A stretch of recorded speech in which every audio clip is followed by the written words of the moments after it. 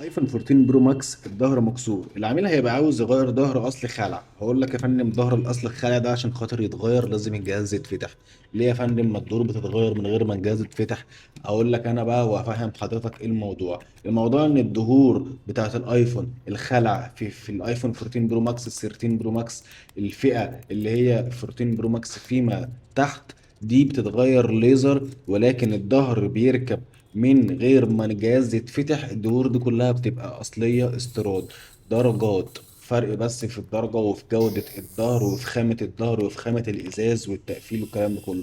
ولكن الدهور دي بتيجي العدسة بتاعتها واسعة علشان خاطر تركب، والعدسة تعدي من فوق الفتحات بتاعة الكاميرا، فالظهر يركب من فوق من بره من غير ما تحتاج تفتح الجهاز. ولكن الدهور الخلع بتحتاج تفتح الجهاز، لأن الدهور الخلع بتبقى الفتحات العدسة بتاعت الكاميرات بتبقى ضيقة، فبتركب الأول وبعد كده بتركب عليها عدسات الكاميرات وبتتلحم وبتتبنط من جوه. فلازم الجهاز كله يتفتح عشان خاطر تركب ظهر خلع. فاوعى حد يقول لك انا هركب لك ظهر خلع وتصدقه في ايفون 14 برو ماكس غير لما يكون هيفتح الجهاز. مش هيفتح الجهاز يبقى الظهر اللي هيركب ده ظهر اصل جديد. وفي ظهور اصل جديده كويسه جدا، ولكن انت لو عاوز حاجه خلع فبالتالي انت مش هيبقى قدامك حل غير اللي انت تغير هاوسنج. الهاوسنج الوحيد اللي هيبقى خلع من ابل.